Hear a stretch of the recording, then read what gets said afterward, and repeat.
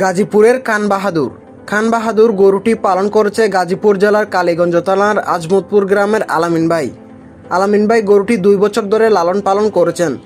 যখন তিনি গরুটি সংগ্রহ করছেন তখন গরুটির বয়স ছিল 1 বছর। আলামিন ভাই গরুটি তার একজন পরিচিত বড় ভাইয়ের কাছে বিক্রি করেছেন বলে জানিয়েছেন। তিনি তার খামারের 2টি বড় গরু কুরবানির উদ্দেশ্যে কিনে নিয়েছেন। খান বাহাদুর গরুটি বিক্রি করেছেন পুরান ঢাকার এক পরিচিত বড় ভাইয়ের কাছে। বিক্রির উদ্দেশ্যে আলামিন ভাই গরুটির দাম চেয়েছেন 15 লক্ষ টাকা এবং আলামিন ভাই খান বাহাদুর গরুটি 10 লক্ষ টাকায় বিক্রি করেছেন। তিনি আরও একটি গরু বিক্রি করেছেন 3 লক্ষ টাকায় এবং এর পাশাপাশি আরও 2টি গরু শাহিওয়াল এবং সিন্ধি এই 2টা গরু বিক্রি করেছেন 10 লক্ষ টাকায়। তিনি বিক্রি করার জন্য আরও একটি গরু রেখেছেন, সেটার নাম হলো খান বাহাদুর 2।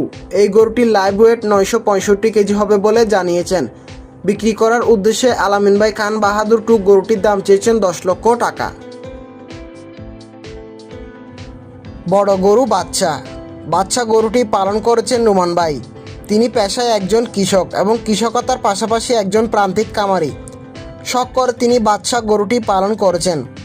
গরুটি তিনি বিক্রি করেছেন ঢাকা রামপুরা থানার নীলভাই নামের এক ভাইয়ের কাছে এবং গরুটি নীলভাই তিনি একজন খামারি হওয়াতে গরুটি পালার জন্য নিয়েছেন। রোমান ভাই বাচ্চা গরুটি 4 বছর লালন পালন করেছেন। বিক্রির উদ্দেশ্যে রোমান ভাই গরুটির দাম চেয়েছেন 10 লক্ষ টাকা এবং তিনি গরুটি 7 লক্ষ টাকায় বিক্রি করেছে বলে জানায়। তিনি সামনে থেকে বড় গরু পালন না করে ছোট থেকে মাঝারি সাইজের গরু পালন করবে বলে জানিয়েছেন।